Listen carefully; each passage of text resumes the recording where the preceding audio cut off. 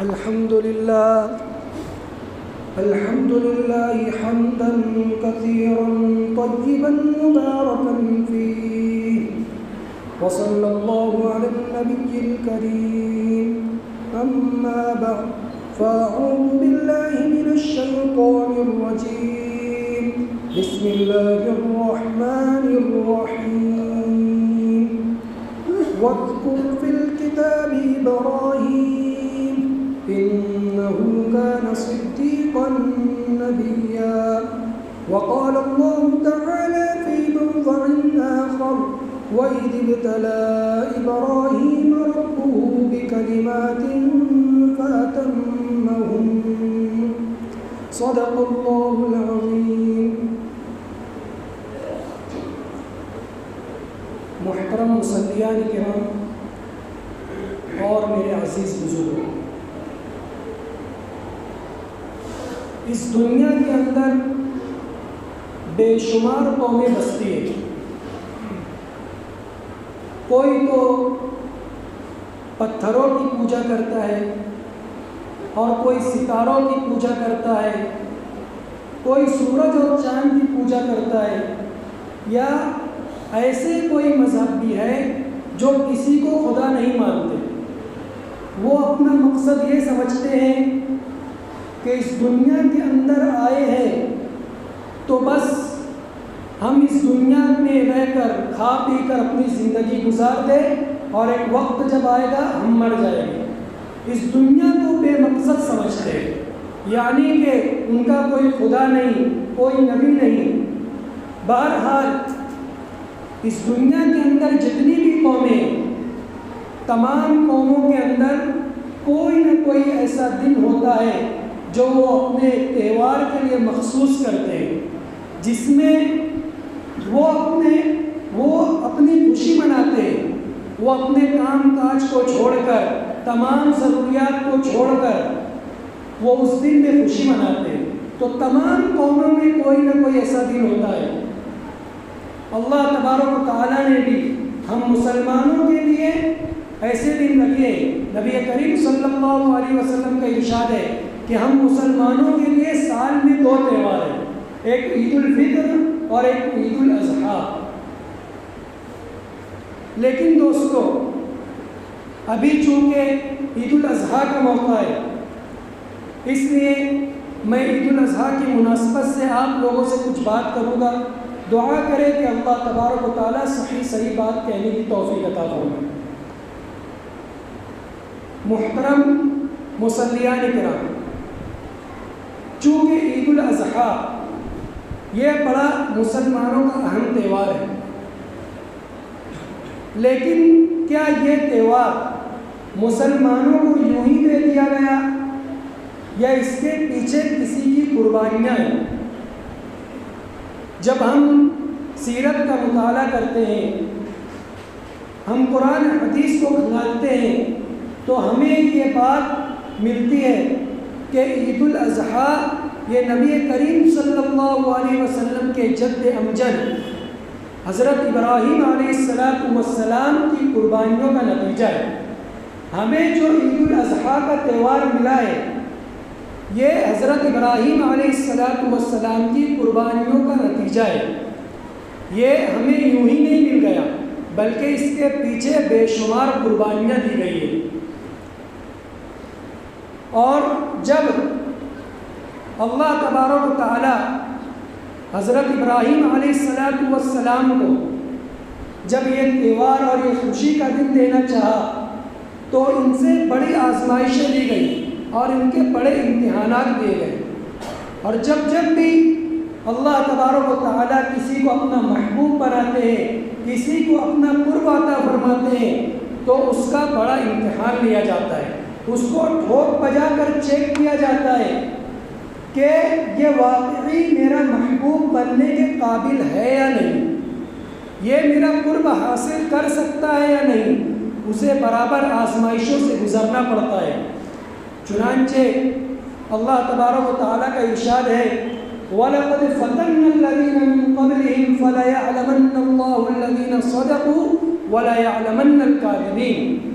کہ اللہ تبارک و تعالیٰ لوگوں کو آزماتے ہیں تاکہ اللہ تبارک و تعالیٰ جان لے کہ کون ان لوگوں میں سے سچا ہے اور کون جھوٹا ہے۔ جب ہم یہ بات سنتے ہیں اور پڑھتے ہیں تو ہمارے ذہن میں ایک بات آتی ہے کہ اللہ تبارک و تعالیٰ کو آزمانے کی کیا ضرورت؟ اللہ تبارک و تعالیٰ تو عالم الغیب ہے۔ اللہ تبارک و تعالیٰ تاریکی رات میں کالے پہاڑ پر کالی چونٹی کی نقل حرکت کو بھی جانتے ہیں۔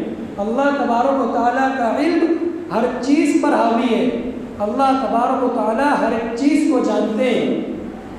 تو جب یہ آیت ہم سنتے ہیں اور پڑھتے ہیں کہ اللہ تبارک و تعالیٰ لوگوں کو آزماتے ہیں تاکہ جان لے کہ کون سچا ہے کوئی جھوٹا ہے، ہمارے ذہن میں یہ بات آتی ہے۔ تو میں آپ کو یہ بتاتا چلوں کہ جو امتحان لیا جاتا ہے اور کسی کی جب آزمائش لی جاتی ہے تو اس کے دو مقصد ہوتے ہیں۔ ایک مقصد تو یہ ہوتا ہے کہ جس شخص کا امتحان لیا جائے تو اس شخص کے اندر اس کام کی صلاحیت ہے یا نہیں ہے یہ معلوم ہو جائے، اس وجہ سے امتحان لیا جاتا ہے۔ اور دوسرا مقصد یہ ہوتا ہے کہ سامنے والے کے اندر صلاحیت تو ہے لیکن اس کی صلاحیتیں لوگوں کے سامنے اجاگر ہو جائے اور واضح ہو جائے۔ مثال کے طور پر ایک بچہ بڑا صلاحیت مند ہوتا ہے، اس کا استاد اس کو بلاتا ہے اور اپنے متعلقین کو بلاتا ہے اور اس تمام متعلقین کے سامنے اس سے سوال کرتا ہے کہ تو فلاں سوال کا جواب دے، فلاں سوال کا جواب دے۔ وہ بچہ تمام سوالوں کے جواب دیتا رہتا ہے۔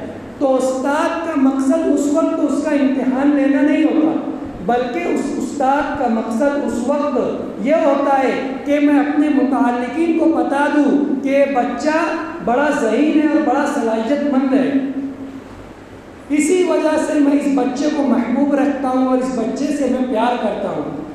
تو اللہ تبارک و تعالیٰ بھی جس بندے سے پیار کرتے ہیں اور جس کو اپنا محبوب بنانا چاہتے ہیں تو اسی طرح اس کا امتحان لیتے ہیں۔ یہی مقصد ہے اور یہی آیت کا مفہوم ہے وَلَقَدْ فَتَنَّا الَّذِينَ مِن قَبْلِهِمْ فَلَيَعْلَمَنَّ اللَّهُ الَّذِينَ صَدَقُوا وَلَيَعْلَمَنَّ الْكَاذِبِينَ کہ اللہ تبارک و تعالیٰ لوگوں کو آزماتے ہیں تاکہ وہ جان لیں تم میں سے کون سچا ہے اور کون جھوٹا ہے۔ تو اللہ تبارک و تعالیٰ نے حضرت ابراہیم علیہ السلام کو اپنا خلیل بنایا اور اپنا قرب عطا فرمایا۔ تو دنیا والوں کے ذہن میں یہ بات آ سکتی تھی کہ اللہ تبارک و تعالیٰ نے حضرت ابراہیم علیہ السلام کو اپنا خلیل کیوں بنایا اور اپنا قرب کیوں عطا فرمایا؟ تو اللہ تبارک و تعالیٰ ایک جگہ ارشاد فرماتے ہیں وَإِذِ ابْتَلَىٰ إِبْرَاهِيمَ رَبُّهُ بِكَلِمَاتٍ فَأَتَمَّهُنَّ کہ اللہ تبارک و تعالیٰ نے ابراہیم علیہ السلام کے رب نے ابراہیم علیہ السلام کا امتحان لیا۔ وَإِذِ ابْتَلَىٰ إِبْرَاهِيمَ رَبُّهُ اللہ تبارک و تعالیٰ نے حضرت ابراہیم علیہ السلام کو امتحان میں مبتلا کیا کچھ کلمات کے ذریعے۔ فَأَتَمَّهُنَّ حضرت ابراہیم علیہ السلام نے اس کو پورا کر دکھایا اور کامیاب ہو گئے۔ اسی وجہ سے حضرت ابراہیم علیہ السلام نے حضرت ابراہیم علیہ السلام کو اللہ تبارک و تعالیٰ نے اپنا خلیل اور اپنا قرب عطا فرمایا۔ تو یہ قربانیاں کیا تھی جس کی وجہ سے ہمیں عید الاضحیٰ کا تہوار ملا؟ حضرت ابراہیم علیہ السلام کے بارے میں آتا ہے اللہ تبارک و تعالیٰ نے حضرت ابراہیم سے بے شمار امتحان لیے اور بے شمار آزمائشوں میں مبتلا کیا۔ سب سے پہلے تو حضرت ابراہیم علیہ السلام کو اللہ تبارک و تعالیٰ نے مبتلا یہ کیا کہ جس گھر میں حضرت ابراہیم علیہ السلام پیدا ہوئے اس گھر کا باپ یعنی کہ حضرت ابراہیم علیہ السلام کے والد آزر یہ بت پرست تھے، یعنی کہ بتوں کی پوجا کرنے والے تھے۔ اور صرف بات یہی نہیں بلکہ خود بت بناتے تھے، بت ساز تھے اور اس کو اور بتوں کو فروخت بھی کرتے تھے، بتوں کی پوجا بھی کرتے تھے، اس کو اپنے ہاتھوں سے بناتے بھی تھے اور اس کو فروخت بھی کرتے تھے۔ اور آپ لوگوں کو یہ بات معلوم ہوگی کہ جو چیز خاندانی ہو اور ایک پرمپرا جو پرانی روایات چلی آ رہی ہو خاندان میں، اس سے ٹکرا جانا اور اس سے بغاوت کرنا یہ کوئی آسان بات نہیں ہوتی، بہت بڑا کام ہوتا ہے اور بڑی امتحانوں سے گزرنا پڑتا ہے، اس کے بعد کوئی خاندانی روایتوں سے ٹکرا سکتا ہے۔ تو حضرت ابراہیم علیہ السلام نے جب دیکھا کہ میرے والد خود بت پروش ہیں اور بتوں کو فروخت کرتے ہیں اور اس کی پوجا کرتے ہیں، تو آپ کے لیے اللہ تبارک و تعالیٰ کی دعوت دینا اور اللہ ایسے گھر میں اللہ تبارک و تعالیٰ کی بندگی کرنا بڑا مشکل کام تھا، کیونکہ خاندانی روایتوں سے ٹکرانا یہ آسان بات نہیں ہوتی۔ میں آپ کو ایک چھوٹی سی مثال دوں گا کہ جیسا ہمارے معاشرے میں آج کل دیکھا جاتا ہے شادی بیاہ کے موقع پر کہ جب کوئی شادی ہوتی ہے تو جہیز کے نام پر بڑے بڑے مطالبے ہوتے ہیں۔ اگر کوئی غریب باپ اپنی بیٹی کا جہیز نہیں دے سکتا ہے تو خاندان والے اور پڑوس اور محلے والے علاقے والے اس کو کوستے ہیں کہ تو نے اپنی بیٹی کو اتنا بڑا کر لیا اور جہیز بھی نہیں دے سکتا، یا پھر لڑکے والوں کی طرف سے مطالبہ ہوتا ہے کہ تم جہیز دو۔ وہ غریب باپ جس کی استطاعت نہیں ہوتی، جس نے اپنی بیٹی کو بڑی مشکلوں سے بڑا کیا ہوتا ہے، اس کو جہیز دینا بہت بھاری پڑ جاتا ہے۔ جہیز کا مطالبہ بھی ہوتا ہے اور خاندان اور علاقے والے بھی کہتے ہیں کہ تو جہیز دے، اس باوجود یہ اس کی استطاعت نہیں ہوتی لیکن اس کو جہیز دینا پڑتا ہے۔ کیونکہ وہ معاشرے سے ٹکرا نہیں سکتا ہے، اگر وہ ٹکرا جاتا ہے تو بدنامی کا سبب بنتا ہے، لوگ اس کو تانا دیتے ہیں، تان و تشنیع کی جاتی ہے کہ تو نے اپنی بیٹی کو بڑا کر لیا اور اسے سامان بھی مہیا نہیں کر سکتا ہے۔ حالانکہ جہیز یہ بہت بڑی لعنت ہے۔ قاضی مجاہد الاسلام فرماتے ہیں کہ جو شخص خوشی سے جہیز دینے والے وہی معاشرے کے اصلی مجرم ہیں۔ لوگ یہ کہتے ہیں کہ جہیز ہم خوشی سے دے رہے ہیں، کوئی مطالبہ نہیں، ہم خوشی سے دے رہے ہیں۔ تو قاضی مجاہد الاسلام صاحب فرماتے ہیں جو شخص خوشی سے جہیز دیتا ہے وہی معاشرے کا اصلی مجرم ہے۔ کیونکہ اپنے اس کی استطاعت ہے، وہ خوشی سے دے سکتا ہے، لیکن اس کی وجہ سے ایک اسی محلے کا یا اسی گھرانے کا ایک غریب باپ بھی ہے جو جہیز نہیں دے سکتا، تو اس کو خاندانی روایت سے ٹکر لینا بہت بھاری ہوتا ہے، اس لیے اس کو بھی قرض کی صورت میں پیسے لے کر جہیز کا مطالبہ پورا کرنا پڑتا ہے۔ اور بعض لوگ تو یہ کہتے ہیں کہ جہیز دینا سنت ہے، بعض لوگ یہ کہتے ہیں کہ جہیز دینا سنت ہے، کیونکہ نبی کریم صلی اللہ علیہ وسلم نے اپنی بیٹی فاطمہ کو دیا تھا۔ یہ بات بالکل غلط ہے۔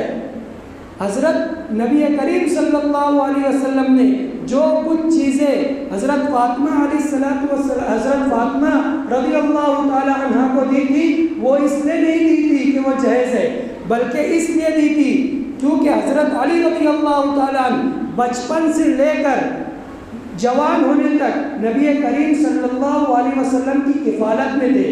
نبی کریم صلی اللہ علیہ وسلم حضرت علی کا خرچہ اٹھاتے تھے، آپ کے تمام مطالبات اور نبی کریم صلی اللہ علیہ وسلم پورا کرتے تھے۔ جب حضرت علی رضی اللہ تعالیٰ جوان ہو گئے اور نکاح کی بات آئی تو اپنی بیٹی کو حضرت علی کے نکاح میں دیا اور ضروریات پوری کرنے کے لیے اپنی بیٹی کو کچھ سامان دیا۔ وہ سامان در حقیقت نبی کریم صلی اللہ علیہ وسلم نے حضرت علی کو دیا تھا، کیونکہ حضرت علی آپ صلی اللہ علیہ وسلم کی کفالت میں تھے۔ تو جو لوگ یہ کہتے ہیں کہ جہیز دینا سنت ہے، یہ بہت بڑی غلط بات ہے اور یہ ان کی غلط سوچ ہے۔ ہمارے مالیگاؤں شہر کے ایک بڑے عالم دین تو یہ فرماتے ہیں کہ جو شخص یہ کہتا ہے کہ جہیز دینا سنت ہے اس کو اپنے ایمان پر دوبارہ کلمہ پڑھ لینا چاہیے۔ اتنی بڑی بات ہے، کیا فرماتے ہیں؟ اس کو اپنے ایمان پر دوبارہ کلمہ پڑھ لینا چاہیے۔ تو بہرحال میں یہ کہنا چاہ رہا تھا کہ خاندانی روایت سے ٹکر لینا یہ کوئی آسان بات نہیں ہوتی۔ تو حضرت ابراہیم علیہ السلام بھی ایسے گھرانے میں آنکھ کھولی کہ پورا گھرانہ بت پرست تھا، بتوں کی پوجا کرتا تھا۔ تو حضرت ابراہیم علیہ السلام کا یہ بڑا امتحان تھا کہ خاندان سے اگر میں ٹکر لیتا ہوں، اپنے والد سے ٹکر لیتا ہوں تو والد مجھ کو گھر سے نکال دیں گے۔ تو حضرت ابراہیم علیہ السلام نے ایک سنجیدہ انداز میں اور ایک پیار بھرے انداز میں حضرت ابراہیم علیہ السلام نے اپنے والد کو دعوت دی قرآن کریم منظر کھینچتا ہے وَاذْكُرْ فِي الْكِتَابِ إِبْرَاهِيمَ إِنَّهُ كَانَ صِدِّيقًا نَبِيًّا إِذْ قَالَ لِأَبِيهِ يَا أَبَتِ یا ابتی عربی میں محبت بھرے انداز کو والد سے پکارا جاتا ہے، یعنی کہ اے میرے ابو جان، یا ابتی لِمَ تَعْبُدُ مَا لَا يَسْمَعُ وَلَا يُبْصِرُ وَلَا يُغْنِي عَنْكَ شَيْئًا، کہ آپ ایسی چیزوں کی پرستش کرتے ہیں، آپ ایسے چیزوں کو پوچھتے ہیں، لِمَ تَعْبُدُ آپ ایسے چیزوں کو پوچھتے ہیں، مَا لَا يَسْمَعُ جو سن نہیں سکتے، ولا یبصر جو دیکھ نہیں سکتے، ولا یغنی عنک شیئا اور جو کچھ کام نہیں آ سکتے۔ حضرت ابراہیم علیہ السلام نے سنجیدہ انداز سے سمجھایا، لیکن والد یہ تو خاندانی روایت سے چلا آ رہا تھا، بت پرستی ان کی گھٹی میں پڑی ہوئی تھی، والد کو یہ بات سمجھ میں نہیں آئی اور حضرت ابراہیم علیہ السلام کو دھمکی دی کہ میں تجھ کو گھر سے نکال دوں گا یا میں تجھ کو رجم کر دوں گا، سنسار کر دوں گا، تو میری نظروں سے چلا جا۔ تو آپ کے والد نے آپ کو گھر سے نکال دیا، یہ بڑا امتحان تھا اس وقت، لیکن حضرت ابراہیم علیہ السلام نے خدا کی دعوت کو اور دین الہی کی دعوت دینے کو بہتر سمجھا اور اس کو مقدم رکھا اور اپنے والد کے گھر سے نکل گئے اور فرمایا قال سلام علیک ساستغفر لک ربی، ٹھیک ہے میں گھر سے چلا جاتا ہوں، آپ پر سلام ہو، میں اللہ تبارک و تعالیٰ سے میرے رب سے آپ کے لیے مغفرت کی دعا کرتا رہوں گا۔ اس کے بعد حضرت ابراہیم علیہ السلام نے سوچا کہ والد نے اب گھر سے نکال دیا، والد میری بات ماننے والے نہیں ہیں۔ اس کے بعد آپ نے قوم کی طرف اپنا قدم بڑھایا اور سوچا کہ میں قوم کو اللہ تبارک و تعالیٰ کے ایک ہونے کی دعوت دے دوں۔ قوم کے پاس آئے، قوم کا جائزہ لیا تو دیکھا کہ قوم بت پرستی میں پڑی ہوئی ہے، ستارہ پرستی میں پڑی ہوئی ہے، چاند پرستی میں پڑی ہوئی ہے، قوم کوئی ستاروں کو پوج رہا ہے، کوئی چاند اور سورج کو پوج رہا ہے۔ قرآن کریم میں آتا ہے کہ حضرت ابراہیم علیہ السلام نے قوم کے معیار پر اتر کو قوم کو سمجھایا اور حضرت ابراہیم علیہ السلام نے ایک قوم کو سمجھانے کے لیے اپنا معیار قوم کی طرح بنایا۔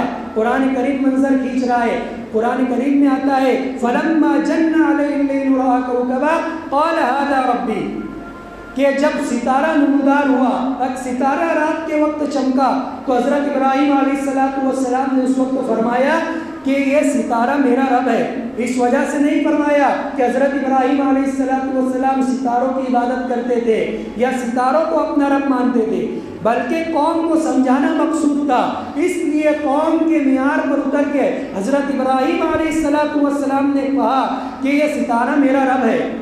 لیکن جب ستارہ غروب ہو گیا اور چمکنا بند ہو گیا تو حضرت ابراہیم علیہ السلام نے اس وقت کہا کہ جو ستارہ غروب ہو جائے اور جس کی چمک ختم ہو جائے یہ ستارہ میرا رب نہیں ہو سکتا۔ تو قوم کو ایک جھٹکا لگا کہ ہاں ہم تو ستاروں کی عبادت کرتے ہیں اور جو چیز خود غائب ہو جائے وہ ہمارا رب کیسے ہو سکتی ہے۔ آگے قرآن کریم فرماتا ہے فَلَمَّا رَأَى الْقَمَرَ بَازِغًا قَالَ هَٰذَا رَبِّي، جب چاند نکلا اور چمکتا ہوا نکلا تو اس وقت حضرت ابراہیم علیہ السلام نے فرمایا قَالَ هَٰذَا رَبِّي، یہ چاند میرا رب ہے۔ تو قوم بڑی خوش ہوئی کہ حضرت ابراہیم نے بھی اس بات کو مان لیا کہ قوم یہ چاند میرا رب ہے۔ لیکن جب چاند بھی غروب ہو گیا اور اپنی چمک چھوڑ دی اس وقت حضرت ابراہیم علیہ السلام نے فرمایا کہ یہ چاند بھی میرا رب نہیں ہو سکتا۔ اسی طرح سورج کے بارے میں بھی فرمایا تو قوم کو ایک جھٹکا لگا کہ جو چیزیں ختم ہو جائے اور جس کی چمک ختم ہو جائے اور جو چیزیں غروب ہو جائے وہ چیزیں ہمارا رب کیسے ہو سکتی ہے۔ لیکن قوم کی بھی برسوں کی عادت تھی کہ ان چیزوں کو پوچھتے ہوئے چلے آ رہے تھے، تو قوم نے بھی اس بات کو نہیں مانا اور اس بات کی خبر اس وقت کے بادشاہ نمرود کو کر دی۔ جب نمرود کو یہ پتہ چلا کہ کوئی ابراہیم نامی شخص ہے جو ایک رب ہونے کی دعوت دیتا ہے اور لوگوں کو بتوں کی پرستش سے ہٹا رہا ہے، چاند اور ستاروں اور میری خود کی پرستش سے ہٹا رہا ہے، اس وقت نمرود نے حضرت ابراہیم علیہ السلام کو طلب کیا اور کہا کہ تو لوگوں کو میری عبادت کرنے سے اور چاند اور سورج کی عبادت کرنے سے روکتا ہے، حالانکہ میں بادشاہ ہوں۔ اس وقت کا نمرود اس اپنے آپ کو بادشاہ اور خدا مانتا تھا، لوگوں کو کہتا تھا کہ میرے آگے سجدہ کرو۔ حضرت ابراہیم علیہ السلام نے بھی اس وقت کے بادشاہ کو اور نمرود کو سمجھایا کہ تو کیسے میرا رب ہو سکتا ہے بتا، حالانکہ میرا رب وہ ہے جو مردوں کو زندہ کر دیتا ہے اور زندوں کو موت دے دیتا ہے۔ تو بادشاہ تو اس وقت تو بادشاہ کو یہ بات سمجھ میں نہیں آئی۔ بادشاہ نے اپنی قید میں پڑے ہوئے ایک ایسے قیدی کو بلایا جس کے موت کا فیصلہ ہو چکا تھا، اور اس کو بلایا اور اس کو آزاد کر دیا کہ تو جا۔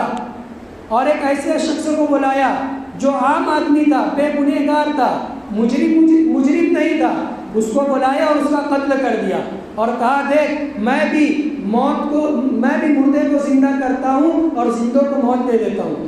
تو اب حضرت ابراہیم علیہ السلام نے فرمایا کہ تیرے ذہن میں یہ بات آنے والی نہیں ہے۔ تو حضرت ابراہیم علیہ السلام نے اپنی بات کو بدلا، کہا کہ میرا پروردگار وہ ہے جو سورج کو مشرق سے نکالتا ہے اور مغرب میں ڈباتا ہے۔ اگر تو بادشاہ ہے، اگر تو خدا ہے، تو سورج کو مغرب سے نکال اور مشرق میں ڈبا کے بتا۔ تو اس وقت نمرود مبہوت ہو گیا، اس کے پاس کوئی جواب نہیں رہا۔ جب کوئی شخص کے پاس کوئی جواب نہیں رہتا ہے تو وہ لڑائی جھگڑے پر اتر آتا ہے۔ تو اس وقت نمرود نے کہا کہ ایک بڑی آگ جلائی جائے، اس میں ابراہیم کو ڈال دیا جائے کہ ہمیں گمراہ کر دے گا، اور خدا کی بادشاہی جو ستاروں کی پرستش کر رہے ہیں اور جو میری پرستش کر رہے ہیں، یہ تمام لوگوں کو گمراہ کر دے گا۔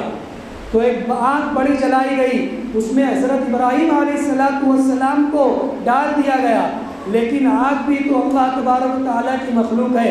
آگ کو حکم ہوا قلنا یا نار کونی بردا وسلاما علی ابراہیم، کہ آگ حضرت ابراہیم علیہ السلام پر ٹھنڈی ہو جا۔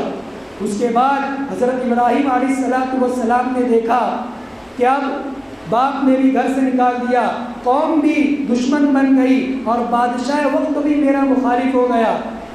تو حضرت ابراہیم علیہ السلام کو اس کے بعد تیسرا امتحان آیا کہ حضرت ابراہیم علیہ السلام وطن چھوڑنے پر مجبور ہو گئے۔ حضرت ابراہیم علیہ السلام نے چھوڑا کہ اب میری قوم میں رہ کر، اب میرے وطن میں رہ کر خدا تعالیٰ کی دعوت دینا، اللہ تبارک و تعالیٰ کو ایک کہنا بڑا مشکل کام ہو گیا ہے۔ اب میں اپنے وطن سے ہجرت کر کر دوسرے وطن میں جا کر اب میں اللہ تبارک و تعالیٰ کی بندگی کی دعوت دوں گا، اور وطن کو چھوڑنا یہ آسان کام نہیں ہوتا۔ نبی کریم صلی اللہ علیہ وسلم اور صحابہ کرام کے بارے میں آتا ہے کہ نبی کریم صلی اللہ علیہ وسلم جب مکہ مکرمہ سے ہجرت کرنے لگ گئے تو آپ نے مکہ کی وادی کے کنارے پہنچ کر خانہ کعبہ کی طرف دیکھا اور فرمایا اے خانہ کعبہ، اے اللہ تبارک و تعالیٰ کے گھر، میں تجھ سے بڑی محبت رکھتا ہوں، لیکن یہ قوم مجھے یہاں جینے نہیں دے رہی ہے، میں انشاءاللہ یہاں سے جا کر واپس آؤں گا۔ تو یہ قوم کی محبت ہوتی ہے۔ حضرت بلال حبشی کے بارے میں آتا ہے جب ہجرت کر کے مدینہ پہنچ گئے تو مکہ کی محبت میں اشعار گنگنایا کرتے تھے، حالانکہ آپ کو معلوم ہے کہ حضرت بلال رضی اللہ تعالیٰ عنہ کو مکہ میں کتنی سخت تکلیفیں دی گئی، اس کے باوجود قوم کی محبت غالب آ جاتی تھی اور اپنی مکہ کی محبت میں اشعار کہا کرتے تھے۔ تو قوم کی محبت اور قوم کو چھوڑ کر دوسرے وطن میں ہجرت کر، قوم کو چھوڑ کر اپنے وطن کو چھوڑ کر دوسرے وطن میں ہجرت کرنا یہ کوئی آسان کام نہیں ہوتا، یہ بھی بڑا امتحان ہوتا ہے۔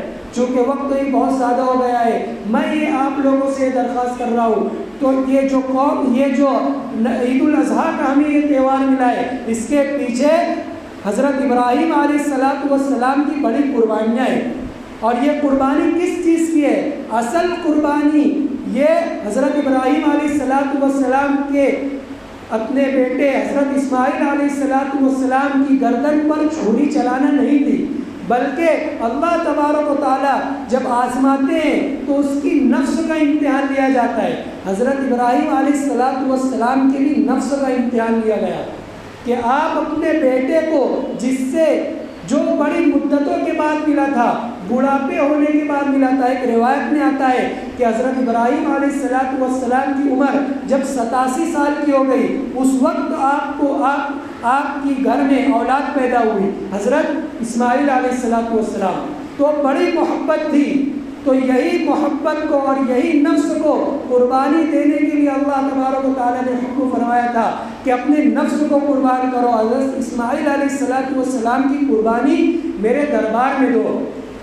تو یہ اصل قربانی جو تھی نفس کی قربانی تھی۔ تو ہم اور آپ بھی نیت کر لیں کہ ہم جو قربانی دے رہے ہیں عید الاضحیٰ کے موقع پر، تو یہ چھری صرف گلے پر چلا دینا یہ قربانی نہیں ہے، بلکہ اصل قربانی ہمارے نفس کی قربانی ہے کہ ہم نیند قربان کر کے فجر کی نماز کے لیے آتے ہیں یا نہیں، یا مال پر 1 سال گزرنے کے بعد مال بڑا محبوب ہوتا ہے اور اللہ تبارک و تعالیٰ کا حکم ہے کہ زکوٰۃ نکالو، تو یہ مال محبوب ہونے کے بعد ہمارا نفس اس پر قربان ہوتا ہے کہ نہیں، ہم سال کے پورا ہونے پر زکوٰۃ دیتے ہیں نہیں، نماز کو ادا کرنے والے ہیں یا نہیں، یا اسی طرح دھوکے سے بچنے والے ہیں یا نہیں۔